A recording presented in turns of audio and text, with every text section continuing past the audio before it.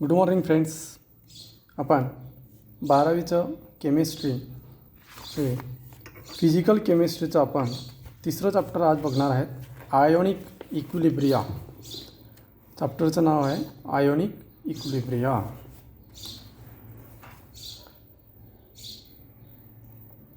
HSCचं physical chemistry.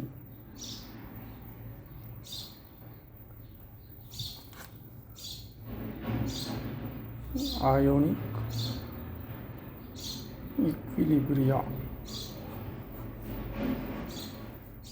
2020 and 2021 ह्या नवीन वर्षात सिलेबसमध्ये हे नवीन चॅप्टर आहे आयोनिक इक्विलिब्रियम. मात्र याचं बेसिक कन्सेप्ट आपण 11th आणि 10thमध्ये शिकून झालेले असतात. तर आयोनिक इक्विलिब्रिया बघण्याच्या आधी आपल्याला काही बेसिक कन्सेप्ट बघावे लागतील. पण सुरुवातीला सगळ्यात महत्त्वाचा बेसिक कन्सेप्ट तो म्हणजे इलेक्ट्रोलाइट. इलेक्ट्रोलाइट काय असतं? पण इलेक्ट्रोलाइट शिकण्याच्या आधी पण आपल्याला तो एक कंपाऊंड येतो. पण अगोदर आपण इलेक्ट्रोलाइट याची डेफिनेशन बघूया आणि नंतर काही बेसिक कन्सेप्ट बघूया. डेफिनेशन आहे अ सबस्टन्स. इलेक्ट्रोलाइट काय आहे? एक सबस्टन्स आहे विच इज स्प्लिट अप म्हणजे काय? ब्रेक होणे. Split up into two types of ions that is cations and anions and carry electric current. असा सबस्टन्स इलेक्ट्रोलाइट म्हणजे काय? असा सबस्टन्स की जो स्प्लिट अप होतो into two types of ions that is cation and anion and carry the electric current. मग ज्या वेळेस एखादा सबस्टन्स समजा आपण इथे घेतलेला आहे सोलवंट घेतलेला आहे आणि एखाद्या सोलवंटमध्ये एखादा सबस्टन्स. मग आता हा सबस्टन्स कोणता? तर त्याला आपण म्हणतो सोल्यूट. बरोबर, दुसऱ्या चॅप्टरला आपण बघितलेला आहे. तर हा जो सोल्यूट आहे हा सोल्यूट इथे असणार आहे आयोनिक कंपाऊंड. आपण आयोनिक कंपाऊंड कोणता असतो किंवा कसा असतो ते पण आपण बघणार आहेत. तर आयोनिक कंपाऊंड ज्यावेळेस सोल्यूटमध्ये डिझॉल्व होतो म्हणजेच काय होतं आहे नेमकं? हा डिझॉल्व होतो आहे म्हणजेच त्याचं काय तयार होणार आहे? स्प्लिट अप होणार आहे. जेव्हा तो सोलवंटमध्ये डिझॉल्व झाला की त्याचं काय होईल? स्प्लिट अप होईल आणि त्या स्प्लिट अप होण्याच्या प्रोसेसला स्प्लिट अप होऊन तो तयार करेल कटायन्स अँड अनायन्स आणि त्या स्प्लिट अप होण्याच्या प्रोसेसला म्हणतात आयोनायझेशन. आता काही लोक इथे आयोनायझेशनची स्पेलिंग या पद्धतीने लिहितात, काही इथे झेड घेतात. ठीक आहे, आयोनायझेशन दोघांचं मिनिंग एकच आहे. आयोनायझेशन किंवा त्याला तुम्ही डिसोशिएशन असं म्हणू शकतो. म्हणजेच काय झालं इथे? एखादा पदार्थ स्प्लिट अप झाला आणि दोन प्रकारचे आयन्स तयार झाले, कटायन्स अँड अनायन्स. मग असे पदार्थ कोणते पदार्थ? जे आयोनिक कंपाऊंड आहेत, ज्याला तुम्ही इलेक्ट्रोव्हॅलेंट कंपाऊंड पण म्हणतात. मग हे इलेक्ट्रोव्हॅलेंट कंपाऊंड नेमके कसे तयार होतात? तर मेटल आणि नॉन मेटल याच्यापासून ते तयार होत असतात. आपल्याला लहान वर्गात 8वीपासून माहीत आहे की मेटलची टेंडन्सी असते इलेक्ट्रॉन लॉस करण्याची, लॉस ऑफ इलेक्ट्रॉन, आणि नॉन मेटल जे असतात इलेक्ट्रॉन गेन करतात, गेन ऑफ इलेक्ट्रॉन. म्हणजे जिथे हे दोन कन्सेप्ट येतात, लॉस ऑर गेन, म्हणजेच काय झालं? Transfer of electron. जिथे ट्रान्सफर ऑफ इलेक्ट्रॉनने जो काही कंपाऊंड तयार होईल तो असतो तुमचा आयोनिक कंपाऊंड. आणि त्याच्या आयोनिक कंपाऊंडमध्ये आपल्याला जो काही बॉन्ड ऑब्झर्व होतो तो असतो आयोनिक बॉन्ड, ज्याला तुम्ही इलेक्ट्रोव्हॅलंट बॉन्ड म्हणतो. मग हा एखाद्या सोलवंटमध्ये डिझॉल्व होतो आहे, म्हणजेच काय होतं आहे, आयोनायझेशन होतं आहे. मग आता हा डिझॉल्व झाल्यानंतर हा सोलवंट नाही राहत.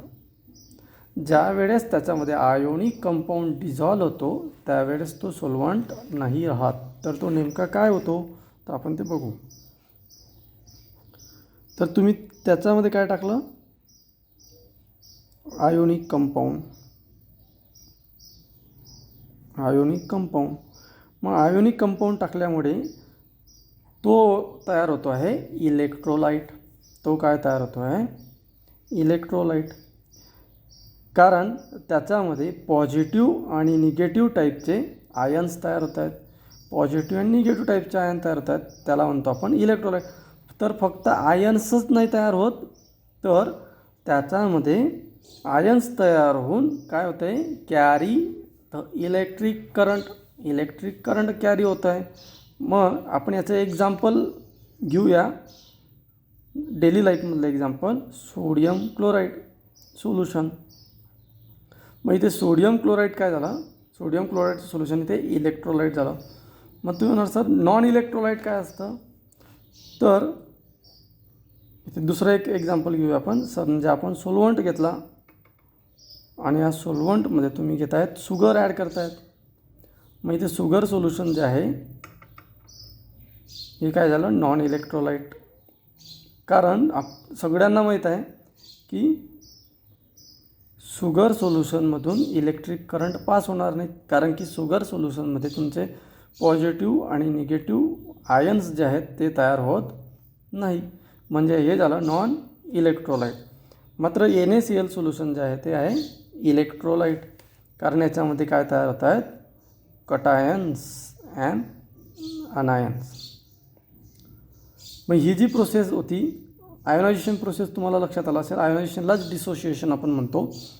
आणि इलेक्ट्रोलाइट म्हणजे काय ते पण समजलं असेल. इलेक्ट्रोलाइट म्हणजे काय, असा पदार्थ जो स्प्लिटअप होऊन दोन प्रकारचे आयन्स देतो आहे आणि त्याच्यामधून इलेक्ट्रिक करंट पास होत आहे. ठीक आहे. तर आता आपल्याला महत्त्वाचा टॉपिक बघायचा आहे, तो म्हणजे आपल्या चॅप्टरचं नाव आहे ionic equilibrium. Ionic equilibrium. Equilibrium या शब्दाचा अर्थ आपण बघूया की इक्विलिब्रियम म्हणजे काय, अशी पोझिशन की कुठेतरी एका स्टेटला किंवा एखाद्या पोझिशनला एखाद्या पर्टिक्युलर टाईमला काय होतं आहे, त्याचा रेट जो आहे तो इक्वल येतो आहे. म्हणजे रेट इक्वल येतो आहे म्हणजेच काय, तर त्याला आपण इक्विलिब्रियम म्हणूया. मग आयोनिक इक्विलिब्रियम म्हणजे काय, तर इक्विलिब्रियम हा शब्द शॉर्टकट लिहितो, equilibrium between ions and unionise किंवा unionise molecule in a solution.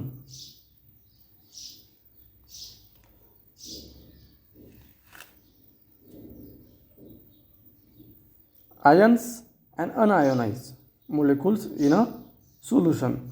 एखाद्या सोल्युशनमध्ये समजा आपण हे सोल्युशन घेतलेलं होतं, आता सोलवंट, आणि नंतर तुम्ही त्याच्यात आयोनिक कंपाऊंड टाकतायत म्हणजे हा झाला तुमचा सोल्यूट.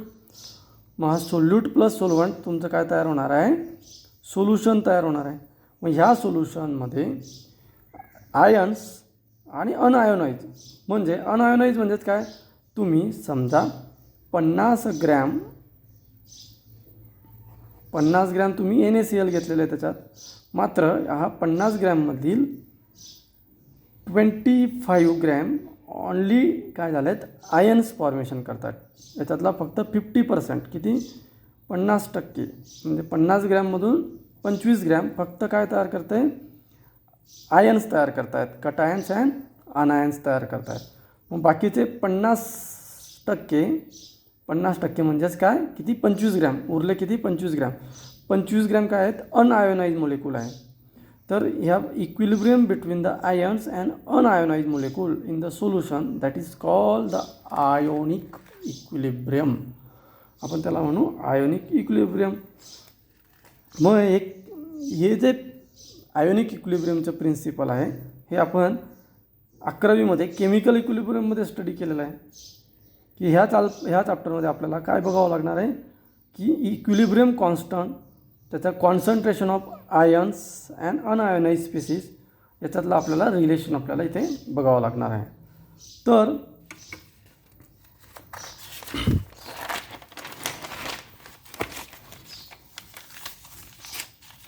H प्लस आणि OH मायनस जे आयन असतात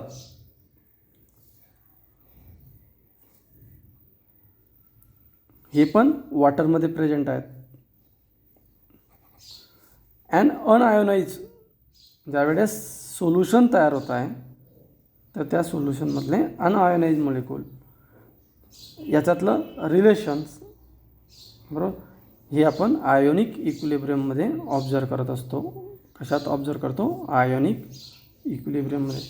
मग आयोनिक इक्विलिब्रियममध्ये ऑब्झर्व करत असताना आपण सगळ्यात महत्त्वाचं आपल्याला जो कन्सेप्ट लागतो तो म्हणजे इलेक्ट्रोलाइट, आणि तो आपण इंट्रोडक्शनमध्ये बघितलं आहे की इलेक्ट्रोलाइट म्हणजे काय ते आपण बघितलेलं आहे.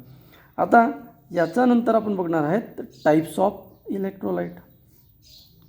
Types of electrolyte.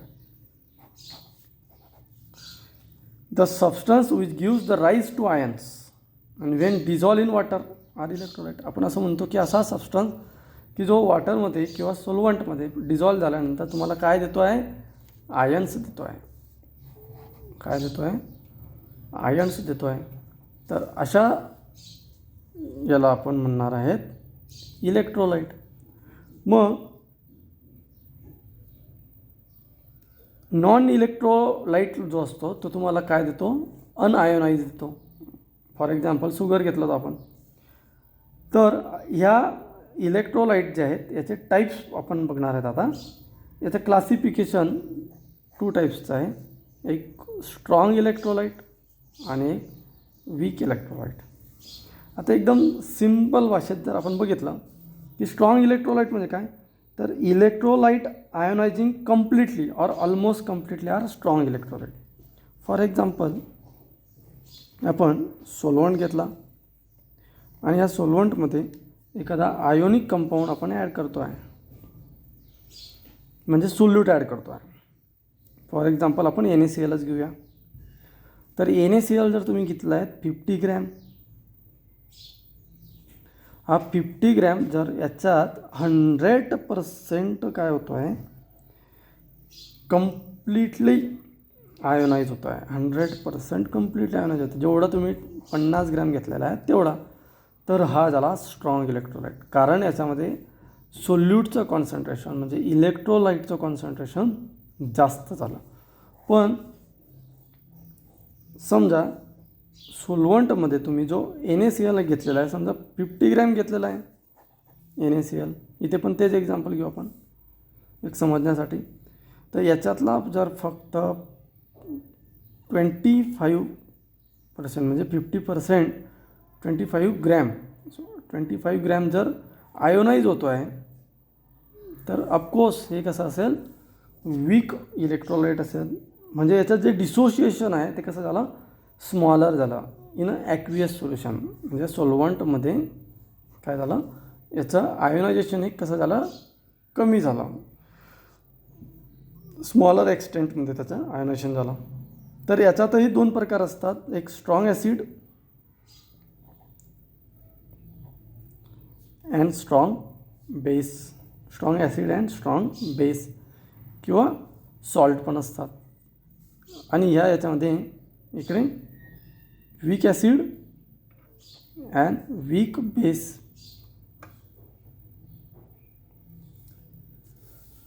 तर इलेक्ट्रोलाइट हा जो प्रकार आहे हा तुम्हाला लक्षात आला असेल की इलेक्ट्रोलाइट म्हणजे काय? असा पदार्थ की जो स्प्लिटअप होऊन 2 प्रकारचे आयन्स प्रोड्यूस करतो, पॉझिटिव्ह आणि निगेटिव्ह आयन.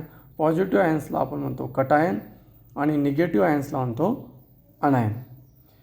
वीक इलेक्ट्रोलाइटबद्दल जर आपण बोलायचं म्हटलं तर वीक इलेक्ट्रोलाइट काय असतो? Dissociated only partially.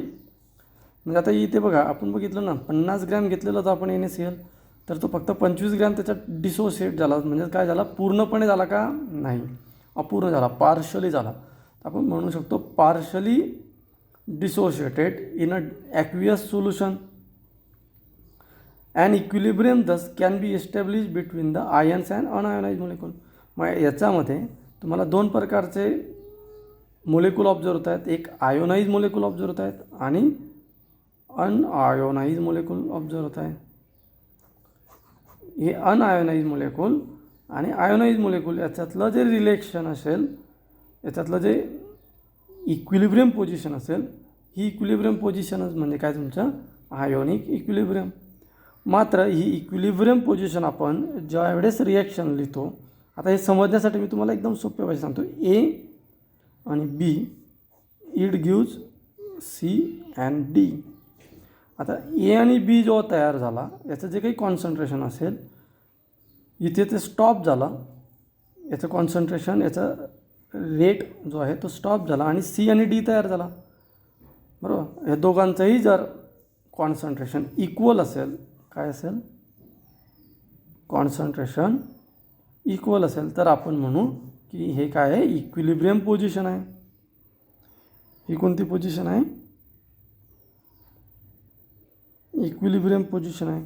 Concentration equal असेल तर त्यावेळेस ॲरो जो आहे तो या पद्धतीने दाखवतात. हा डबल हेडेड ॲरो असतो, म्हणजे हा फॉरवर्ड ॲरो, याला म्हणतात फॉरवर्ड रिॲक्शनचा ॲरो, आणि हा असतो बॅकवर्ड रिॲक्शनचा ॲरो. हे फॉरवर्ड आणि बॅकवर्ड रिॲक्शनचा जो ॲरो आहे हा ह्या पद्धतीने दाखवतात केमिकल इक्विलिब्रियमच्या ठिकाणी. तर हे झालं रिप्रेझेंटेशन, इक्विलिब्रियम कशा पद्धतीने दाखवतात रिॲक्शन्समध्ये. आता स्ट्रॉंग इलेक्ट्रोलाइट आणि वीक इलेक्ट्रोलाइट हे अजून चांगल्या पद्धतीने समजून घेण्यासाठी पुढचा टॉपिक आहे degree of ionisation. Degree of ionisation किंवा डिसोसिएशन. आता डिग्री ऑफ आयोनायझेशन म्हणजेच काय, त्याला अल्फाने डिनोट करतात. मग हा अल्फा म्हणजेच काय, तर नंबर ऑफ मोल्स डिसोसिएटेड, तुम्ही त्याला आयोनाइज पण म्हणू शकतात. Number of moles of dissociated upon total number of moles. मग आता याचा जर पर्सेंटेज तुम्हाला जर काढायचे असतील, पर्सेंटेज ऑफ डिसोसिएशन, तर अशा वेळेस तुम्ही काय करणार, जी तुमची अल्फाची व्हॅल्यू काढलेली आहे त्याला मल्टिप्लाय 100ने करा. बरोबर. मग आता या केसमध्ये आपण बघूया डिग्री ऑफ डिसोसिएशन काय आहे. बरं. आता इथे डिग्री ऑफ डिसोसिएशन जर बघितलं, स्ट्रॉंग इलेक्ट्रोलाइटमध्ये आपण बघितलेलं होतं की जेवढा तुम्ही 50 ग्रॅम घेतलेला होता तो काय होता आहे, 100% कम्प्लिटली डिसोसिएटेड होतो आहे. म्हणजे number of moles of dissociated किती झालं आहे, 50 ग्रॅम घेतलेले होते. आणि टोटल नंबर ऑफ मोल्स आता इथे ग्रॅममध्ये घेतलेला आहे. ठीक आहे, आपण मोल्समध्ये घेऊया, तुम्हाला समजायला सोपं जाईल. मोल्स म्हणजे काय, N is equal to number of moles म्हणजे काय, नंबर ऑफ मोल्स म्हणजे given mass upon molar mass. Given mass तुम्ही डब्ल्यू आणि मोलर मास असतो कॅपिटल एम. हा झाला नंबर ऑफ मोल्सचा फॉर्म्युला. एन म्हणजे काय, नंबर ऑफ मोल्स, आणि स्मॉल डब्ल्यू म्हणजे काय, वेट गिवन मास, दिलेल्या पदार्थाचा मास, आणि एम म्हणजे काय, त्याचा मोलर मास, त्याचा मोलेक्युलर मास. हा झाला नंबर ऑफ मोल्स काढण्यासाठी फॉर्म्युला. आता या केसमध्ये आपण समजा स्ट्रॉंग इलेक्ट्रोलाइटमध्ये जर आपण इथे तुम्ही 5 मोल, किती, 5 मोल एवढा तुम्ही सबस्टन्स घेतलेला आहे आणि तो तेवढा डिसोशिएट होतो आहे. जर तो तेवढा डिसोशिएट होतो आहे आणि त्याचे टोटल नंबर ऑफ मोल्स पण किती आहेत, 5 मोल आहेत. तर तुमचा आन्सर येणार आहे 1 आणि 100ने त्याला मल्टिप्लाय केलं की 100, म्हणजे हा 100% काय होतो आहे, कम्प्लिटली डिसोसिएट होतो आहे, म्हणजेच तो झाला स्ट्रॉंग इलेक्ट्रोलाइट. आता वीक इलेक्ट्रोलाइटचं जर आपण एक्झाम्पल बघितलं, समजा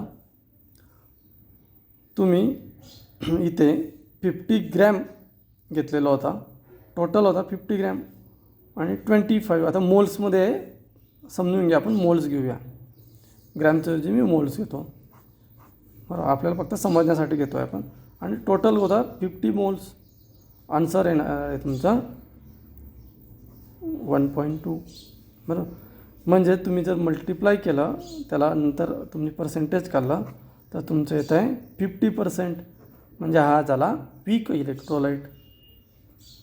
तर अल्फाची जी व्हॅल्यू आहे, डिग्री ऑफ डिसोशिएशन, तर तुम्ही स्ट्रॉंग इलेक्ट्रोलाइट आणि वीक इलेक्ट्रोलाइटच्या डेफिनेशनमध्ये असं म्हणू शकतात की ज्याचा डिग्री ऑफ डिसोशिएशन काय आहे, हाय आहे, हाय. ज्याचा डिग्री ऑफ डिसोशिएशन हाय तो स्ट्रॉंग इलेक्ट्रोलाइट असतो, आणि ज्याचा डिग्री ऑफ डिसोशिएशन लो आहे तो वीक इलेक्ट्रोलाइट असू शकतो. तर अशा पद्धतीने जे अल्फाची व्हॅल्यू तुम्ही कॅल्क्युलेट करून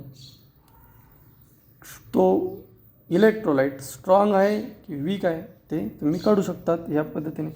आता हे काढत असताना मोलर कॉन्सन्ट्रेशन, तुम्हाला जो सी जो डिनोट केलेला आहे तो असतो मोलर कॉन्सन्ट्रेशन, ठीक आहे. तर हे मोलर कॉन्सन्ट्रेशनचं युनिट आपल्याला माहीत आहे, मोल पर DM³ मोल पर DM³ किंवा तुम्ही ते सेंटीमीटर क्यूब पण घेऊ शकतात. तर अशा पद्धतीने आयोनिक इक्विलिब्रियम ह्या चॅप्टरचं आपण बेसिक इंट्रोडक्शन बघितलेलं आहे. बघा, आयोनिक इक्विलिब्रियम या चॅप्टरमध्ये आपण इंट्रोडक्शन बघितलं, त्याच्यानंतर टाईप्स ऑफ इलेक्ट्रोलाइट बघितले, strong electrolyte and weak electrolyte. त्याच्यानंतर आपण त्याचा कसं डिनोट करतात रिॲक्शन्समध्ये डबल हेडेड ॲरोने, ते पण बघितलं. डिग्री ऑफ डिसोशिएशन बघितलं, अल्फा. आता तुम्हाला फक्त फॉर्म्युला लक्षात ठेवायचा आहे, हा वाला फॉर्म्युला लक्षात ठेवा आणि त्याच्यावरून स्टेटमेंट करा. The degree of dissociation of an electrolyte is define as a fraction. Fraction म्हणजेच काय, तर division of the total number of moles, total number of moles of the electrolyte and that dissociated into its ion, आणि number of moles of dissociate and when the equilibrium is attained, आणि it is denoted by alpha. अल्फाने denote करतात. म्हणजे हा जो ratio आहे, हा कसला रेशो आहे, तर जेवढे सोल्युशनमध्ये डिसोशिएटेड होत आहेत आयन्स त्याला भागीला टोटल नंबर ऑफ मोल्स. जर अशा पद्धतीने तुम्ही अल्फाची व्हॅल्यू कॅल्क्युलेट करू शकता. तर पुढच्या लेक्चरमध्ये आपण ॲसिड अँड बेस हा पार्ट बघणार आहेत. थँक्यू.